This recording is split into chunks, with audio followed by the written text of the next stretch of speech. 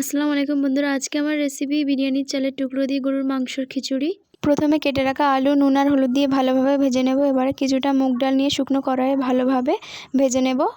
এবারে তেল গরম করে শুকনো লঙ্কা, তেজপাতা, গরম মশলা, পেঁয়াজ কুচি দিয়ে ভালোভাবে নাড়িয়ে একটু আদা রসুন বাটা দিয়ে দেবো। দিয়ে এক একে মশলা দিয়ে দেবো, নুন, লঙ্কা গুঁড়ো, হলুদ গুঁড়ো, জিরা গুঁড়ো দিয়ে ভালো করে মশলাটিকে মিক্স করে নিয়ে এবারে আগে থেকে কেটে রাখা টমেটো দিয়ে দেবো।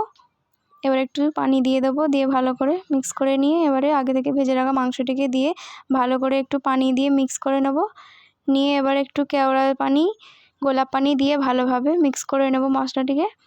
এবারে ভেজে রাখা আলুটিকে দিয়ে ভালো করে নাড়িয়ে নিয়ে এবারে ভেজে রাখা মুগ ডালটিকে দিয়ে ভালোভাবে নাড়িয়ে নিয়ে এবারে আগে থেকে ধুয়ে রাখা চালটিকে দিয়ে দেবো। এবারে একটু বেশি করে পানি দিয়ে ভালো করে নাড়িয়ে নিয়ে কিছুক্ষণ ঢাকনাটিকে বন্ধ করে রেখে দেবো। একটু ফুটিয়ে নিয়ে পরিমাণ মতো ঘি দিয়ে দেবো। এবারে আমার খিচুড়িটি রেডি।